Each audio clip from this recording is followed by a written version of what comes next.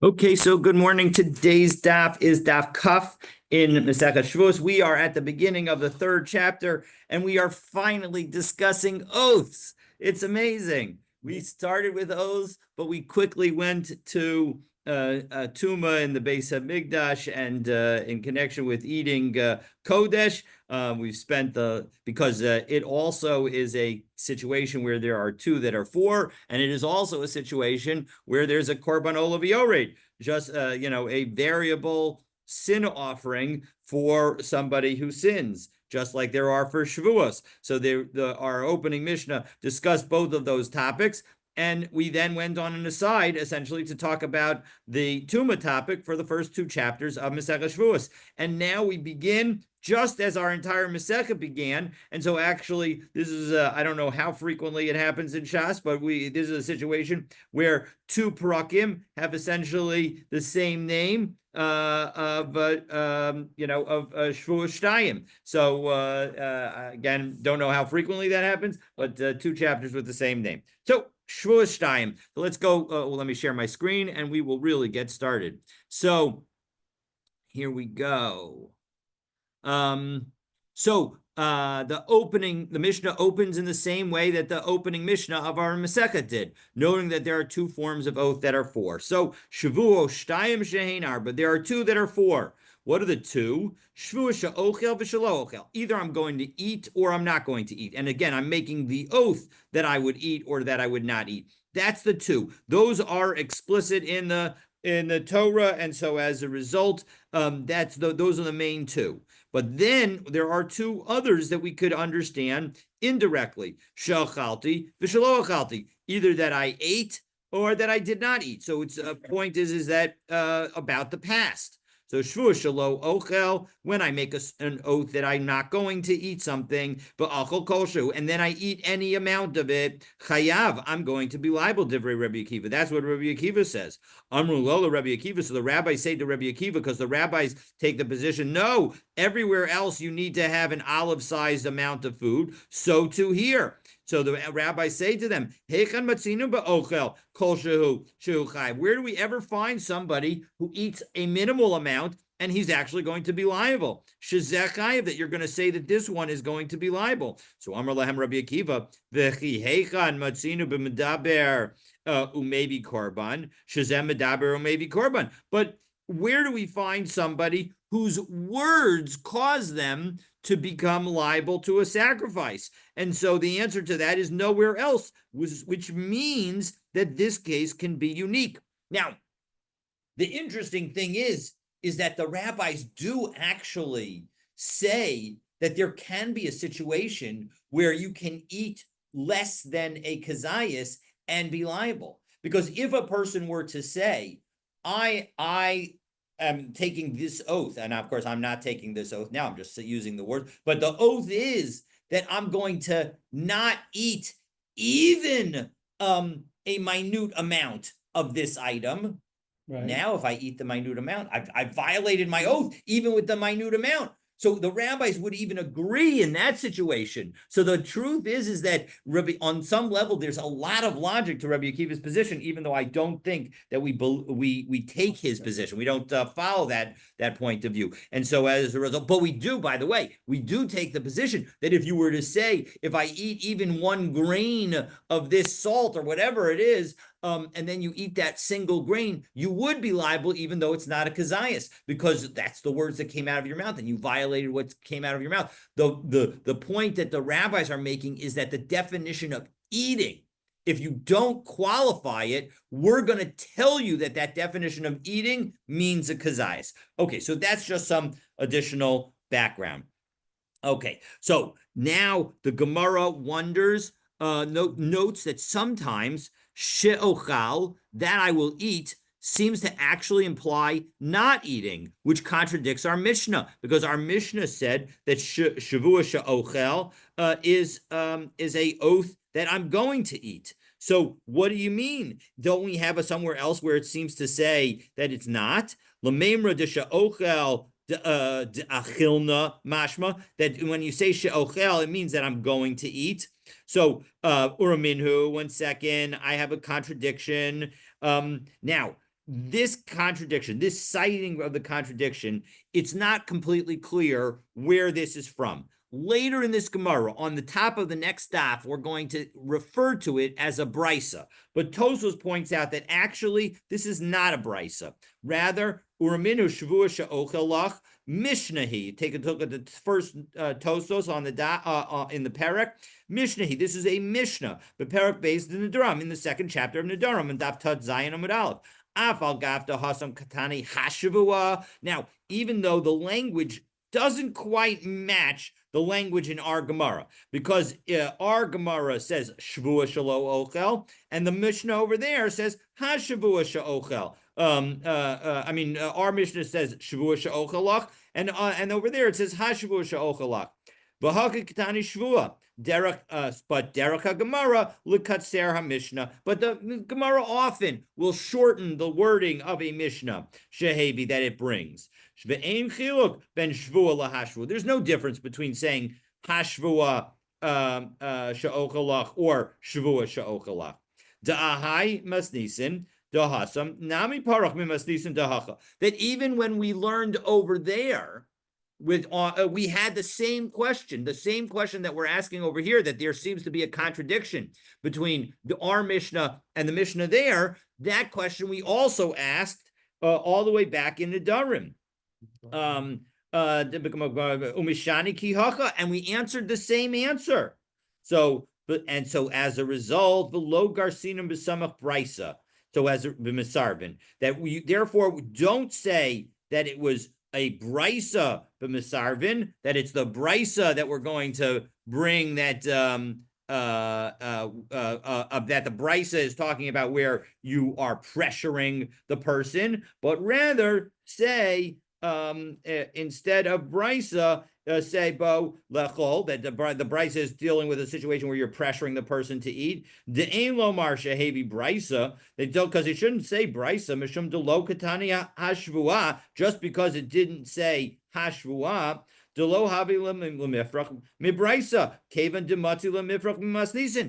all, even if there was a brisa that said the exact same thing, you always bring the question from a Mishnah if you have a question from a Mishnah and not a brisa. Ella Garcinon Hassam b'misarvin, but rather you should say over there in the case there was pressure, and so we'll use that language when we get to it. But the bottom line is we now have this contradiction, and the contradiction is the following: Shvua shelo ochalach. If I swear that I'm not going to eat your food, shvua she'ochalach, or I swear she'ochalach that I'm going to quote unquote eat your food.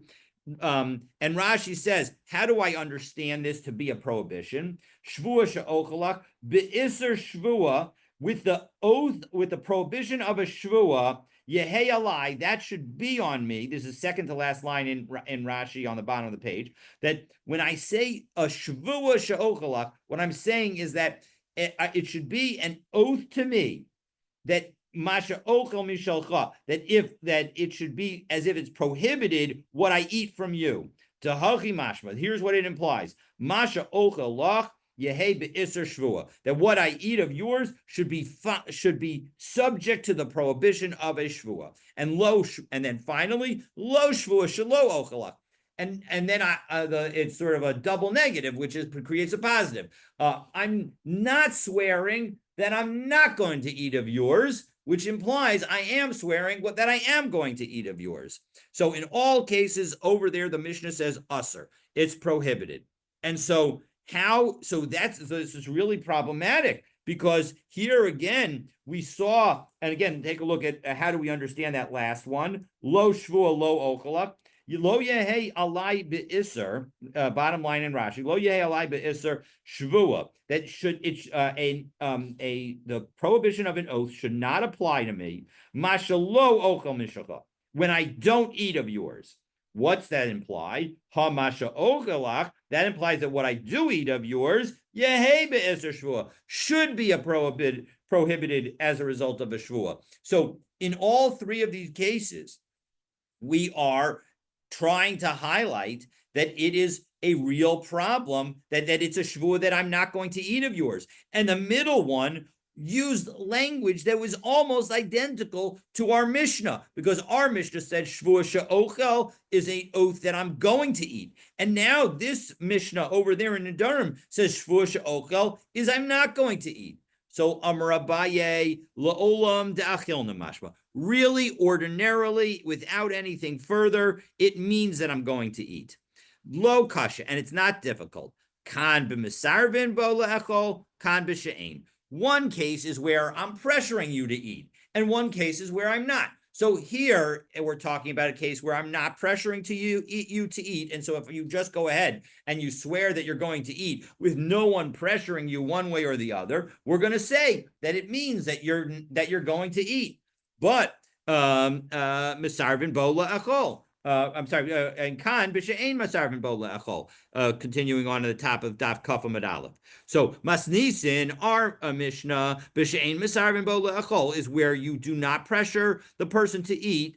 And Baraisa, which again, Hassam, Tosfos tells us to say, b'misarvin bo la'achol, is where you are pressuring them to eat. And so the idea is the following. You're pressuring the guy to eat, and the guy's going to say, Shevuot she'ochel. Yeah, I'm not going to eat yours no matter what. And so he uses it's almost like the famous joke of when can no mean yes, and the person says no, with a question mark. All you have to do is add a question mark. So the point is that you can mean the exact opposite of what you're saying. That happens all the time. The ka'amr lo achilna, right? The person is continuing to refuse.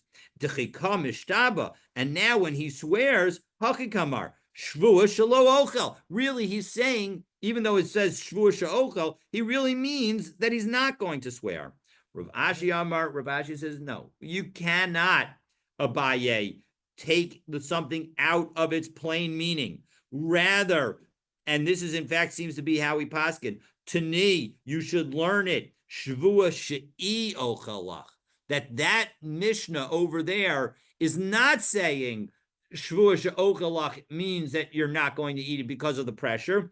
You have to follow your words. If what your words say is that you're going to eat it, you're going to eat it. If you say you're not going to eat it, you're not going to eat it. And so as a result, the wording over there should not be she'ochel, but we missed out the aleph yud of she'i. And we insert that there? Shevuot she'i ochel. She'i means that I'm not going to. That she'i ochelach, I'm not going to eat of yours. Well, ihache my milmemra. What's the big deal? Obviously, now you have the first two cases in this other Mishnah are obvious. You have the first case of where I say Shevuot lo ochelach, Shevuot that I'm not going to eat of yours. Of course, that means you can't eat. So we'll give you that one. We'll say, of course, you can do the first one and then you can build on it. But the second one that's obvious, Shevuot she'i ochelach, is the same basic idea. So why would you possibly say that you would think that that it would be any kind of chiddush? So mahu detema, no. What would I have thought? Lishna de'it kilole. No, maybe the person just had a slip of a tongue, that he didn't really mean to say she'i. He meant to say she'ochelach. And Kamash Malan, we say no. Whatever comes out of your mouth, that's what is intended, right? And the Itkal, take a look at Rashi, third line down. Nichshal velonis kaven shlomar she'i. That maybe he made a mistake and he didn't intentionally say the word she'i. Now, Tosfos raises two items here that are very interesting. First, Tosfos on the page, she'i ochelach pshita. So lo parak pshita elamishum dahainu shelo ochelach de katani. That the point is that because we already learned shelo ochelach, so then now we can really ask that it's pshita. Daha ashalo ochelach lo kashalei pshita. Because on the first one we're not asking that question because it's the first one, so it can sort of serve as the framework, as sort of the initial point. And lishna iskale v'leika lemifrach kaven de ashmeinan she'i ochel amai itzrich lemisne bereisha shelo ochelach. Oh, so then okay, you said, now that you tell me she'i ochelach, that we're going to say that it means that shelo ochel. And so then why do I need the first case of shelo ochelach in the beginning? Dezu afzu ktani, because we often do that. We build up and say, not only in this case, but even in this case. Not only in this case, but even in this case. So not only in the obvious case of lo ochalach am I going to say that you have to, that you're not allowed to eat, but even if you say she'i ochalach, where maybe you got confused and so and weren't intending to say it, we're going to say that you also can't have to eat. And even finally, in the case where you use a double negative, we're going to say that we're going to imply that you are going to that you're swearing that you're not going to eat. V'im tomar nishayle mahaya bedaito. Why not just ask the guy? What did he have in mind? Did he have in mind she'i ochel, or did he have in mind she'ochel? V'yesh lomar kagon she'amar shebedato. No, what he had in mind is what he said. I don't know what it means. It's it's an odd thing to say, but I don't know what I meant, but I know, whatever I said, I meant it. Right? There are people that are like that, I'm sure you know. So inami, or alternatively, kagon shishachach, he forgot, meaning by the time he realized what he said, he doesn't remember what he had in mind. And so as a result, shishachach mashaya bedaito. And in Nedarim, it explains why Rav Ashi doesn't agree with Abaye, and it's because he doesn't agree with Abaye because he says that even if one kept on saying no to somebody, and then he swears that he's going to eat it, what he really is saying is, okay, I'm surrendering. I'm going to eat it. And so as a result, it's not an oath that refrains, but rather it's an oath to eat. He's finally changed his mind. And it's because that's the question, is when do we say that a person has changed his mind? And so as a result, according to Rav Ashi, he believes that a person would potentially change his mind based on pressure, whereas Abaye says, no, he's not going to change his mind based on pressure. So that was interesting. Okay. So now the Gemara quotes a brisa regarding languages used in oaths. And this brisa, the first part of the brisa, makes total sense. But the second part of the brisa raises tremendous questions as to how in the world are we supposed to understand it based on the first part of the brisa. And that is going to lead us to two different approaches to how we can understand this brisa. So let's take a look. So Tana Rabbanan, mivta shvua. If you use the language of mivta, you're making an oath. Isar shvua. So if you were to say mivta on me that I do X, Y, and Z, so then you're making an oath that you do X, Y, and Z. And Isar is also a shvua, meaning that if you say Isar that I'm going to do X, Y, and Z, it's also an oath. So now the Gemara, so that all made perfect sense. And now the question is, Isur Isar, what is the prohibition associated with Isar? Imata Omar Isar Shvua, if you say that Isar is an oath, Chayab, V'im Lav, Patur. And if you don't say Isar is an oath, then it's going to be exempt. So the question obviously is, Imata Omer Isar Shvua. What do you mean if you say that Isar is a Shvua? V'ha Amrat Isar Shvuahu. The first part of our Brisa explicitly said that Isar was an oath. So how can you possibly say that Isar is not an oath? So two approaches. So first, Amar Abaye Hachikamer. This is what this Brisa is trying to say. Mivta Shvua. Really, Mivta is an oath.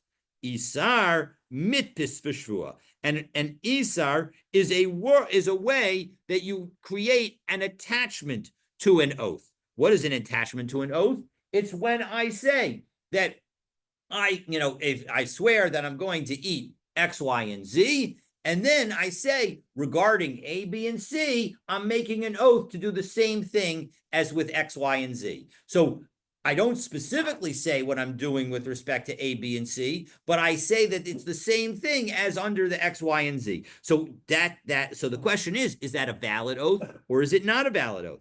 So Isar is there a prohibition associated with using isar, meaning with the connecting and attaching something to another oath? So imata omer mitbis b'shvua kemotzi shvua mipiv dami. So if you say that an oath that an oath of attachment is a valid oath, well then chayev, then you'd be liable. V'im lav patur, but if not, then you'd be exempt. So umimai demivta. So now the question is, what's the source of all of this information according to Abaye? So Abaye is going to now explain how we could have mivta be equal to an oath and isar be equal to an attachment to an oath. So mimai demivta b'shvua diksiv.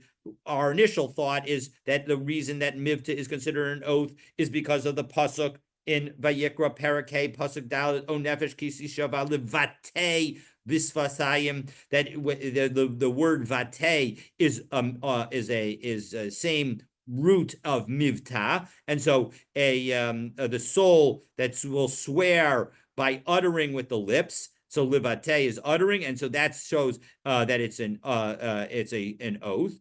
But if you were to say that, Isar Nami, we have the word Isar Nami used in a similar context. Tiksiv kol neder v'kol shvuas Isar, and any kind of oath of Isar. So if you're using that as the basis for telling me that Mivta is an oath, well then Isar should be an oath also. So that doesn't work. So Ella Isar mispas b'shvuahu. So all right, so now let's take a look and say how you determined that Isar is an oath of connection. That meaning is connecting to another oath. Well, that's because Diksiv, O Asra Isar al Nafsha Bishvua, that if you were to bind an oath, an Isar to an oath. So the point is that suggests Isar connects to an oath. But then Mivtanami Haksiv L'chol Asher Yivateha Adam Bishvua. But we have that similar kind of language in a different pasuk, again back in Vayikra Parakeh pasuk Dalid, whereas the language of connection with Isar is Perak Lamed Pasuk Yud Aleph in Bamidbar. And so as a result, that also doesn't work. So Ella Amar Abaye, so Abaye comes in and says, here's how you have to understand it. Here's the source for Mivta, here's the source for Isar. Mivta Shvua Mehacha. We know that Mivta is an oath because of the following. Ve'im hayo siyeh leish undareha aleha.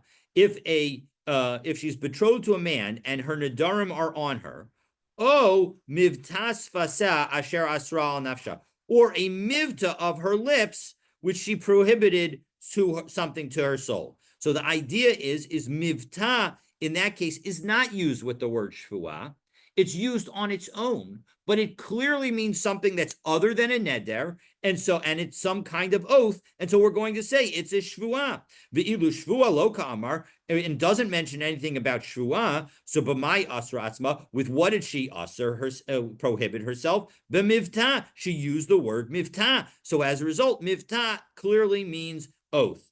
So and as a result, we can say that mivta means oath, and isar connects, and isar is will use because of the language of isar. It connects with a shvuah, so we're going to say that isar only connects with a shvuah. It does not also serve as an oath in and of itself. So Rava says, no, I'm going to give you a different answer. Here's the answer that I'm going to give you.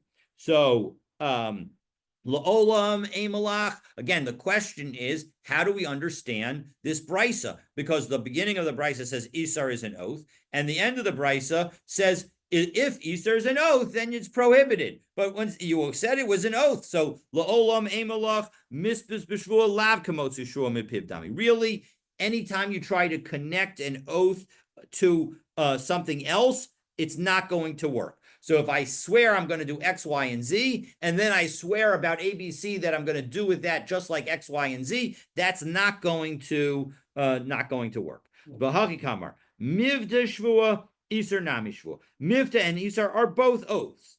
So now what Rav is going to do is he's going to really reread the end of our brisa. Asurei de isar. When it comes to the prohibition of an isar, hitilu akasav ben neder l'shvua. The Torah put it between a neder and a shvuah. Hotzi v'lshon neder, neder v'lshon shvuah, shvuah. That unlike mivtah is just going to be a shvuah, but isar is placed in the Torah between the word neder and the word oath, and in a way that says that, you know what, if you use isar in a manner that's consistent with the shvuah, so then you're going to be subject to the shvuah. And if you use isar in connection that's subject to a neder, so then it's going to be a neder. And what's the difference? Let's remind ourselves of the difference between the shvuah and the neder. Neder is when I swear about an object. It could be something that I'm going to do with that object, but it's focused on the object. Whereas an oath, a shvuah, is the swearing is about my action. It's me that's the main object of the oath. So that's the difference. So Heichanitu. So the Gemara continues. Where do we put it between the isar and between shvuah and neder? We'll take a look at the following pasuk. This is a pasuk in Bamidbar, Perek Lamed, pasuk Yud Aleph, the pasuk that we've been citing several times already. So it is the pasuk v'im beis isha nadara. If she made a neder while in her husband's house, the asra isar al nafsha b'shvuah, or if she established an isar through an oath. So we see that this isar falls between the word neder and the word shvuah. So that shows, according to Rava, that it has the power of both. And that, you know what? The approach that Rava and Abaye each have works, because remember, Abaye says that that it's potential to connect something to a shvuah, whereas Rava says that it's not. The idmar maspis b'shvuah, when it comes to connecting something to a shvuah, Abaye amar kamotzi shvuah mipiv dami, it does work. V'Rava amar lav kamotzi shvuah mipiv dami. It's not as if you made an original oath, and it doesn't work. So Meisvei, 1 second, doesn't the following brisa seem to suggest that connecting something to an oath should work? Because we're going to see in this brisa that connecting something to a neder does work. What is the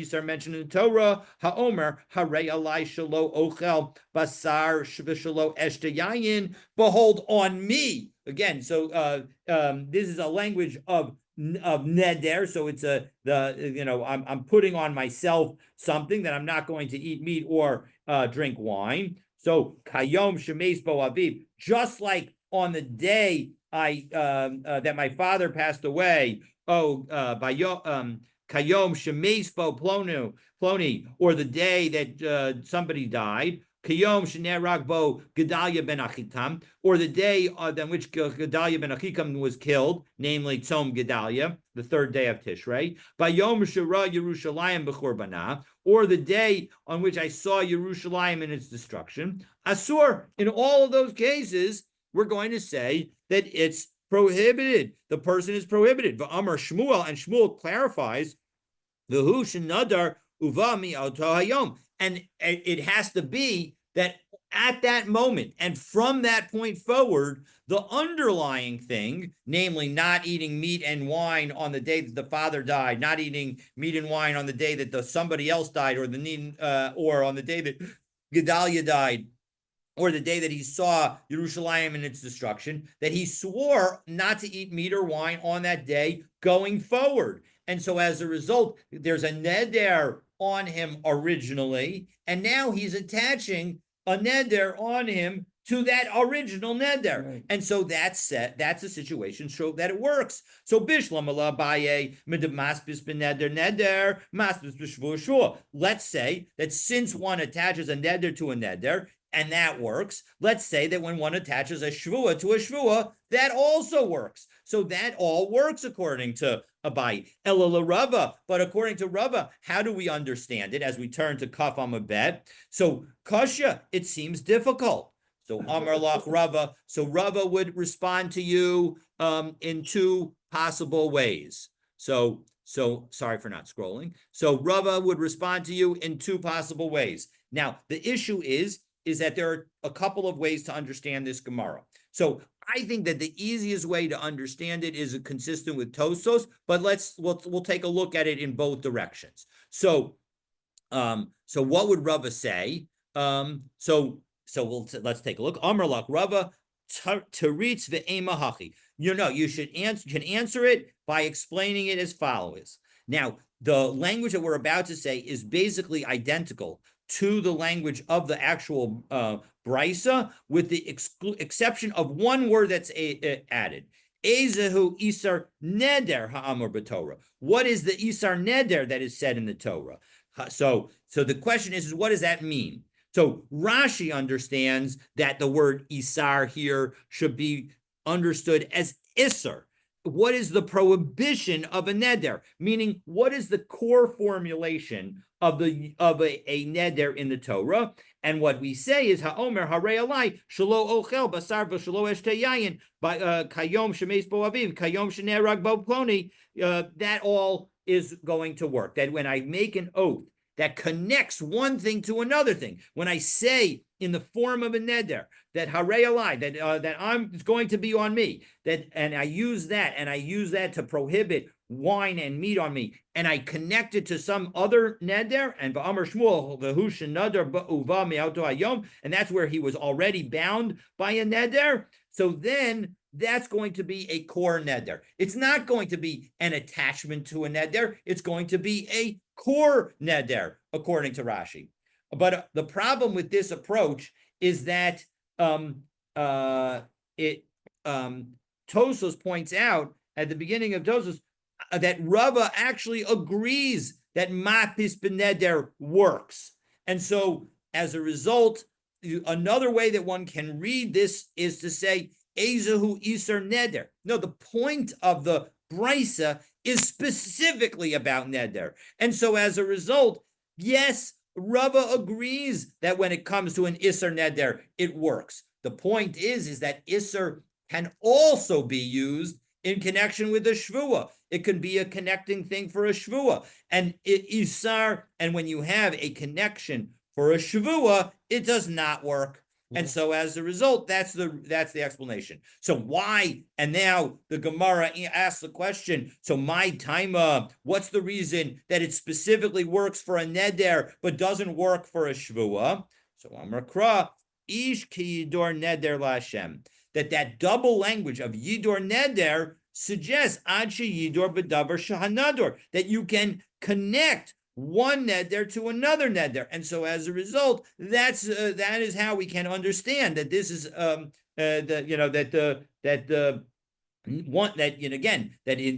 this particular case, when it comes to connecting one neder to another neder, that we're going to say that works. But when it comes to a shvuah, we would absolutely, according to a Rava, he would say it doesn't work. And again, Abaye would say, just as it works for a shvuah, just as it works for a neder, it works for a shvuah. Okay, so now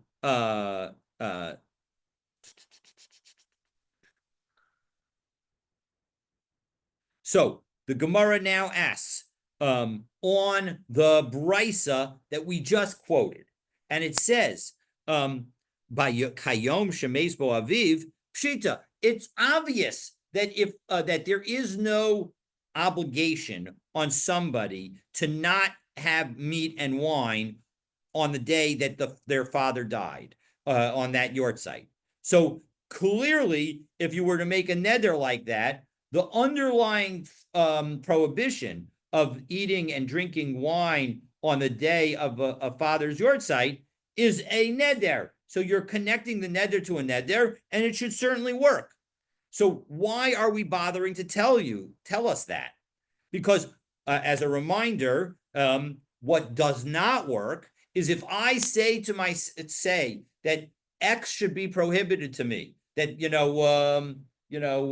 this wine should be prohibited to me, like yayin nesech, like wine that is poured on, for an idol. So the problem is that you can't, the wine that is poured for an idol is not a neder.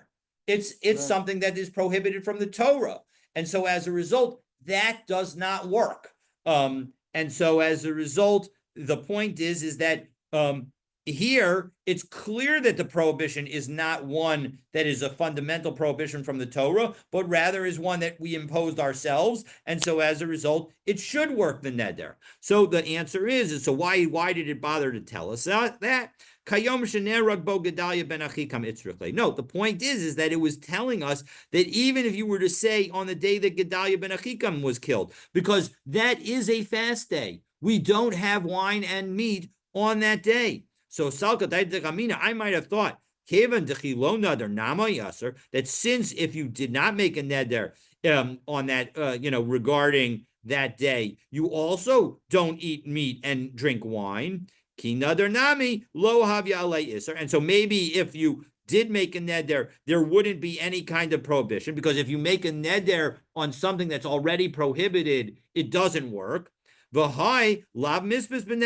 so as a result, it wouldn't work by connecting that to another thing that is not a neder. So kamash malan, it does work. So again, the point is, maybe I didn't get the exact language right when I said swearing something. The point is that if I swear I'm not going to eat, to drink this yayin nesech, that doesn't work. It's not an oath because I already made that swear. And so I at Har Sinai. And so that's not going to work. And so now if I tie something to that pretend oath that didn't work, so then that's not going to work either. But here, because the not eating on Tzom Gedalia is only rabbinic, it does work to create a biblical prohibition. And so now you are subject to a biblical prohibition, and therefore the neder is a valid neder, and you can connect one neder to that neder.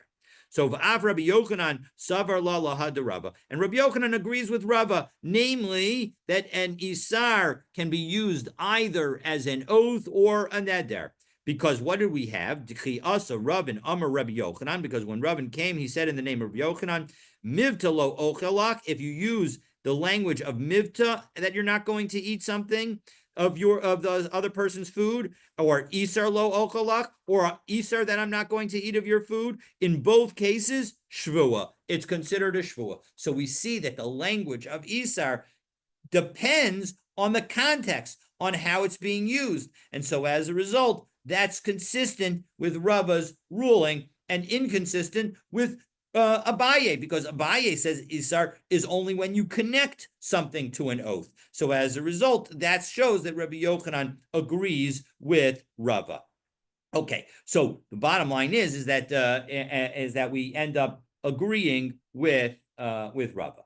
Okay, so now we have the Gemara is discussing we'll discuss the biblical sources for the prohibitions of oaths and nedarim, while also differentiating between false oaths, which we're going to refer to as sheker, and vain oaths, which we're going to refer to as shav.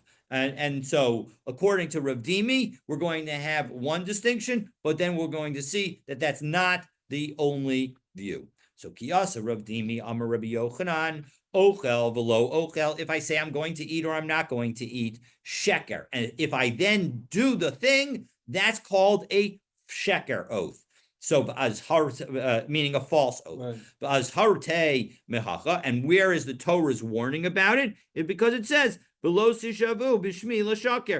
swear falsely in my name. This is Vayikra Perek Yud Tet Pasuk Yud Bet.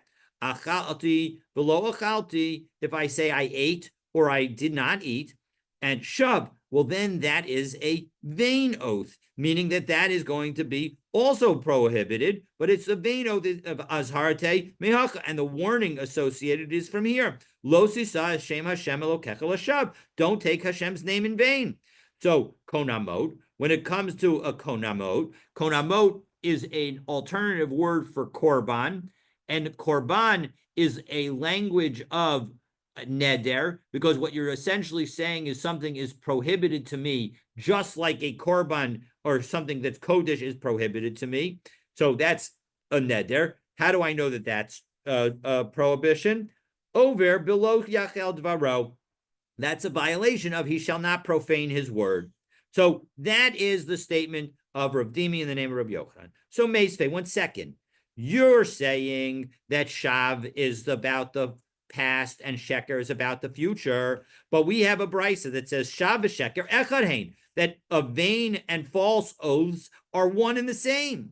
So my love midishav l'sha'avar af sheker nami l'sha'avar. So that shows that just as vain is about the past, sheker is also about the past. So alma achalti velo achalti shekerhu. So that shows that I ate and I did not eat are considered false. So and because we're going to see another definition of shav shortly. So midi area. 1 second. Are you saying that that's proof? No, that's not a proof. Hakadisa v'hakadisa. Each one is their unique nature. A vain is about the past. False is about the future. Umay davar echad hein. What is meant by the fact that there's all one concept, but by the two of them? To bedibor echad nemru. No, it's because Hashem said both shav and sheker at one time in one utterance. Kidatanya, similar to what we say in the following brisa, Zachor v'Shamor, that when Hashem said in the first commandments, he says, let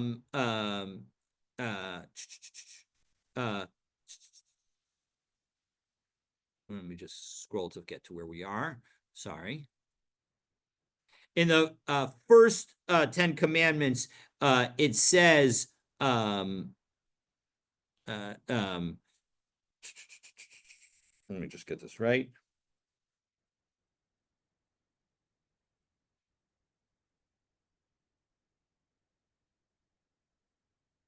In the first 10 commandments, it says Zachor, and in the second 10 commandments in Shmot, Perek Kaf, it says Zachor, and in Perek Hey of Dvarim, it says Shamor. So B'dibur Echad Nemru. So we say that they were both said at one time.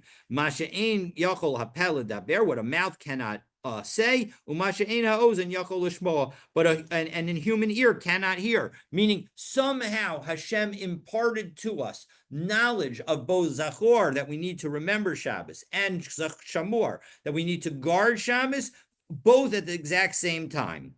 So Bishlam Mahasam. So similarly, when it comes to the word sheker and shav, it also has that, because in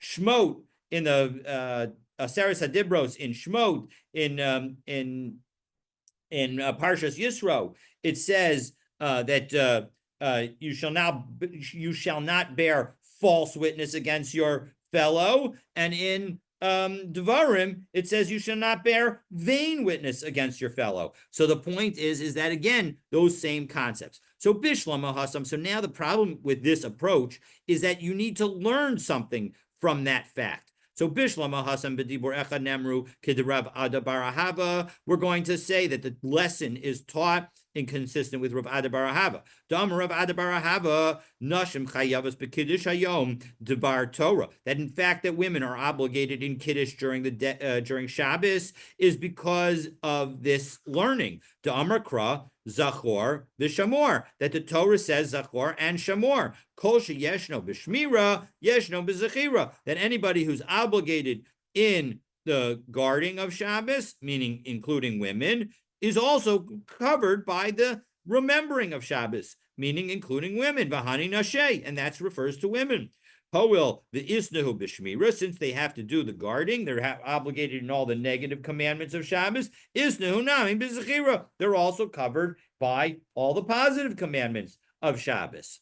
So now, as a result of that, the Gemara goes back and offers an alternative understanding of what it means that shav and sheker are one concept. So what does that mean? Ella kashem shaloka al shav kach loka nami al sheker. That just as one gets lashes for a vain oath, you also get lashes for a false oath. Klapilaya, but 1 second, the direction should be the other way, meaning it makes more sense to get lashes for a false oath and than to get lashes for a vain oath. Ella ema kashem shaloka al sheker kach loka nami al shav. No, so all right, so change it around, and we'll say that just as you get lashes for a false oath, you'll also get lashes for a vain oath. Well, pshita, high love, at the end of the day, these are both prohibitions in the Torah. Heck, you cited them as prohibitions. So no, not necessarily. It's not so obvious. It's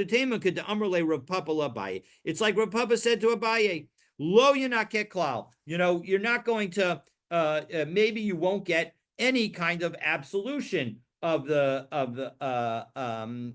being punished. So the idea is, what does that mean? So I'll back up and say what we're going to see, God willing, tomorrow. That tomorrow we will see that Rav Papa asks Abaye, how do we know that somebody is absolved of sin at all for swearing falsely? Because it says in the Ten Commandments that Hashem's not going to absolve such a person.